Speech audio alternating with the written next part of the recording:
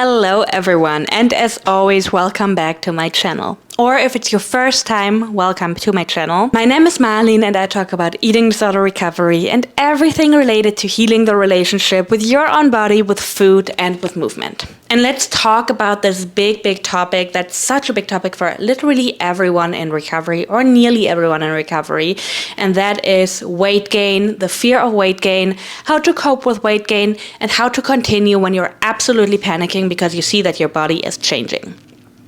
A lot of you people know that I had an eating disorder myself, and the biggest thing that would hold me back was really the fear of weight gain.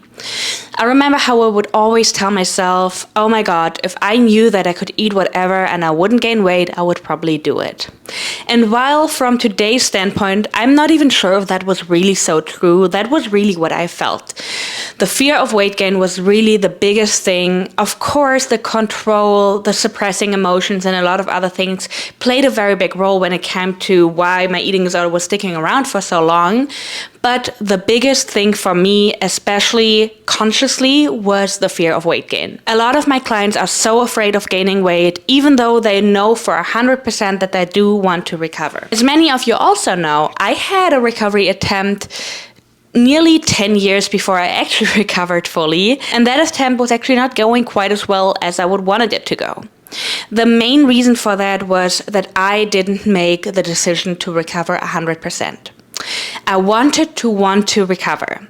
I even checked myself into a clinic because I thought to myself, oh, maybe they're going to say the magic words, they're going to say something that makes me want to recover, they're going to make me healthy. And that, of course, didn't work. With every cell of my being, I tried to work against that. I was cheating at meals, I was lying about my weight, I was walking around even though I wasn't supposed to, and my eating disorder had full control over me. And that was because I wasn't ready, or rather I didn't make the decision to let my eating disorder go fully. Because had I done that, then that clinic and that setting would have been very helpful for me. But because I had this constant internal fight between, oh, shall I really eat today, or shall I just make excuses again, or like cheat again? Shall I really walk today, or shall I actually not walk and listen to what they tell me and listen to the guidelines and the rules of this clinic? And of course, every time I even started this negotiation, my eating disorder took over. Those of you who are working with me know that I'm always saying we're not negotiating with the eating disorder. I'm not going to even negotiate. I'm not going to say, oh, just a little bit, because as soon as we're leaving a little bit of space for the eating disorder, it's going to creep in again. So the main reason for me not recovering and not really going through with this recovery attempt back then was really that I didn't make the decision. And there was nobody and nothing during that time that could have made that decision for me. I was very aware of the consequences. I was very aware of how dangerous that was. I was very aware of how much my loved ones were really worried. And I was also very aware that I even destroyed relationships with that. My romantic relationship was destroyed by my eating disorder, and also some other relationships in my life were really destroyed by that eating disorder. But because I wasn't ready to make that decision to let my eating disorder go, my eating disorder was still stronger despite all the good reasons I would have had to recover. And that also goes along with weight gain. Back then, I was convinced that the fear of weight gain was holding me back. I was, of course, hyper-focused. I was, of course, checking my body all the time, comparing myself to other patients in the clinic, not wanting to gain any weight, even though I wanted to get better. And I think that's a sentence that a lot of struggling people really know. Like, I want to recover, but I really don't want to gain weight. And it makes sense. That's exactly how the eating disorder works. So whenever a client says that to me, I'm not surprised. I'm not going to tell them they're a hopeless cause, because they are not. The whole reason why you don't want to gain weight is because your eating disorder is so loud. And that's like the main point that your eating disorder is focusing on right now. Again, don't get me wrong, I am more than aware that the eating disorder comes with so many other things, such as control, suppressing emotions, like basically ways to avoid some pain, but also causing a lot of pain. But we oftentimes really hyper-focus on the weight, on body image, and it's also a very real feeling. If we struggle with our body image, or even if we're experiencing body dysmorphia, it feels like our reality. We look in the mirror and we really see something that other people people might not see. But it is so hard to even grasp that and to know, oh, I might not be able to see myself objectively right now, which we never are. No person, no matter how healthy, how healed they are from an eating disorder, or if they never had an eating disorder, is seeing themselves 100% objectively all the time. In fact, we're not even seeing other people objectively. I might find something totally attractive that is not attractive to somebody else, and that's okay. It's more about really understanding that we're not seeing ourselves objectively, and that most certainly, especially with an eating disorder, we are always going to see ourselves way worse. We're not going to have a healthy body image. We're not going to have a healthy idea of what we look like. And at the same time, we also not have a healthy idea of what a healthy ideal would be like. For instance, my personal ideal for my body was always very unhealthy. And I kind of knew that, but I didn't want to change it because I wanted to have that unhealthy ideal for my body. Now that I'm fully recovered, I have a hard time understanding why I did that. Of course I do, because first of all, that was me a couple of years ago. And I also understand how eating disorder works on a psychological level. But it's hard for me to understand how I was holding on to that body type for myself for so long when I'm now so much happier in a healthy body. I know that a lot of people really want to have that magic formula when it comes to weight gain. The one affirmation that helps you, or the one thing you can do when weight gain gets too hard. And don't get me wrong, there are a lot of things that can help you with coping. I love to, for instance, work with affirmations with my clients, but it's more a way of like focusing on recovery again. Sometimes it might really feel like we have two brains. We have the eating disorder brain and we have the recovery brain. And sometimes when the panic and the body dysmorphia and the fear of weight gain comes up, we're going straight into the eating disorder brain again. Because that's how we worked for so many years. That's all our brain knows. That's kind of like the box that we put everything in, because everything we were doing for so long was just to please the eating disorder. So it kind of makes sense that we're automatically going into that box again, because again, that's all we know. The new box, the recovery box, the new life basically, is still relatively new and feels unsafe. Oftentimes, our bodies are also so used to that old way that literally everything new feels unsafe.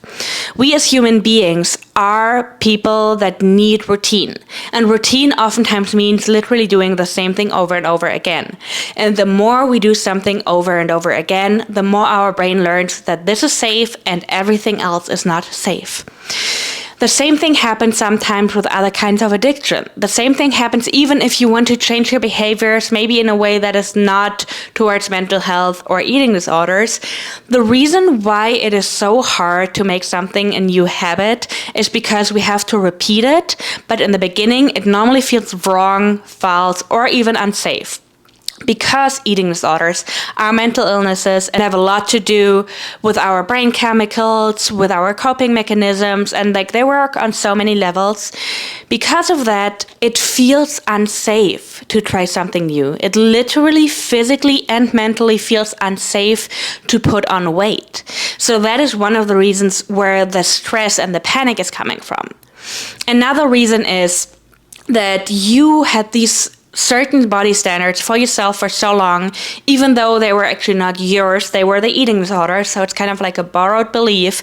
And I'm always telling my clients, if you borrowed the belief once, you can borrow a new one again. Same thing if you learn something from your parents or even from diet culture, it's still a borrowed belief. So if you can borrow that belief, you can also borrow a belief that's serving you better. But it's basically a borrowed belief that we have to stay in this certain body, that we have to stay in a certain weight range or under a certain number. Every eating disorder comes with different things, with different rules, but most eating disorders have rules. And so we're stuck with that for so long that it can feel very unsafe and very wrong to step out of that. And that's exactly why you have to do that. I'm pretty sure a lot of you guys have heard phrases like, every time the eating disorder tells you what to do, choose the exact opposite. Or things scream when they are dying. That's something I told myself all the time, because the more I continued with recovery, the louder my eating disorder got. So I felt like every day that I was continuing, it felt harder and harder and harder, even though it was supposed to feel better. At least that's what I thought. That's another thing I share with my clients a lot. First of all, phases of healing are always chaotic. The first two phases, the first phase is literally called the chaos phase, where everything feels new and messy and chaotic and not great at all. And that's okay. And the second part is also sometimes things feel like they're getting worse and worse and worse. And we always have this idea of, oh, healing has to be this beautiful thing where it's getting better and better over time. And healing is just beautiful and pretty, when it's oftentimes not. Healing is oftentimes messy and painful and uncomfortable and not pretty at all, and that is okay. So the more I continued with my recovery, the worse it got and the worse I felt. And of course, I was telling myself that this was just simply because of my weight gain. I told myself, oh, you're gaining more and more and more weight, and that makes you unhappier and unhappier and unhappier. So that must mean that the weight gain is the enemy. That must mean that the weight gain makes you unhappy. Once I started to realize that, I started to really focus on the outside things. Was that really a case, or was I maybe still in this phase of rewiring where my brain had to get used to this new life, where my brain had to get used to not starving myself anymore, to not over-exercising, and also to having a different type of body. My brain even had to get used to not looking sick anymore, to not knowing if somebody stares at me. Before that, I was very, very sure that that was because I looked sick. And so every time somebody would stare at me, I could just tell myself, oh yeah, it's because I look sick. Once I started to put on weight, my brain was like, oh, what if they're looking at you because you weigh too much? What if you look so ugly? What if people judge you?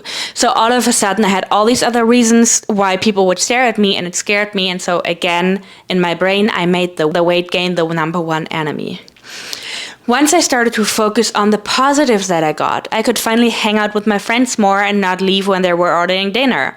I could finally have the energy to go to a concert again.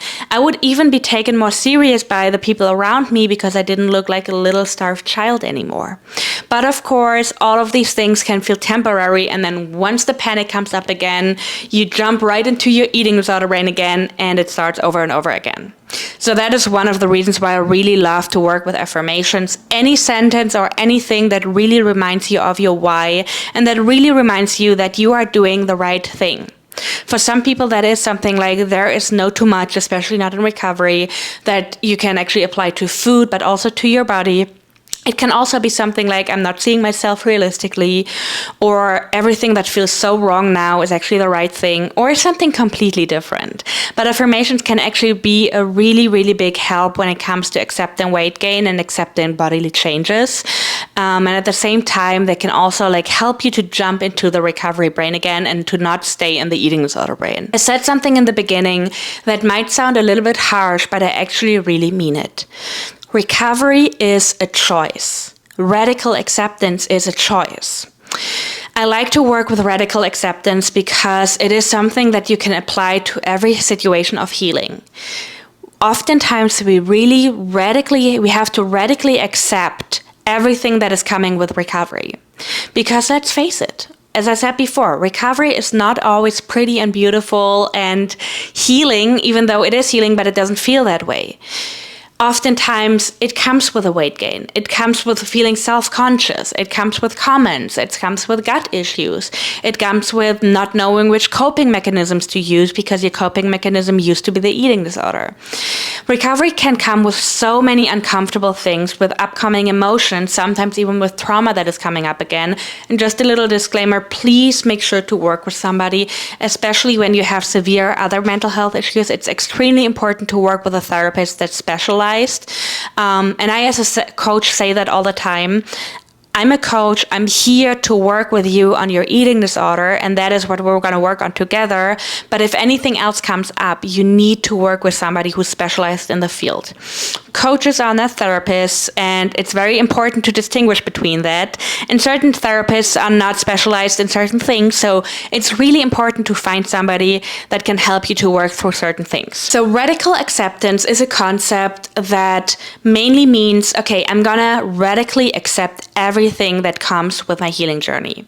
It's oftentimes used in eating disorder recovery, in addiction recovery as well, because oftentimes a lot of very uncomfortable things come up. And it basically means that you made the decision, for 100% you made the decision to recover, and you're gonna radically accept everything that comes with it.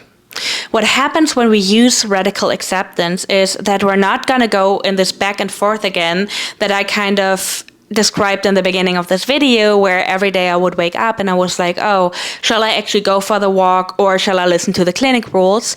Because once you are at the point of saying, I made the decision, I'm going to radically accept everything that comes with it, then you're not going to have this back and forth anymore, because then you're not going to negotiate with the eating disorder. Every time we're not negotiating with the eating disorder, we strengthen our recovery brain. We strengthen the new neural pathways. We strengthen the new way of thinking and of handling and of behaving.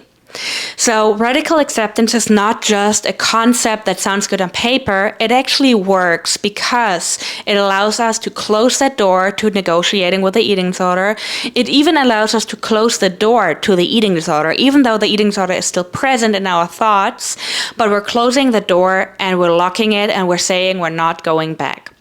When I started my recovery journey, I actually worked with a coach myself.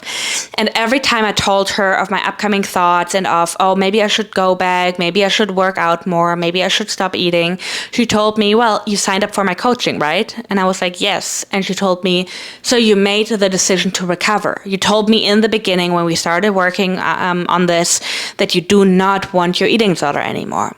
So you're basically on the point of no return.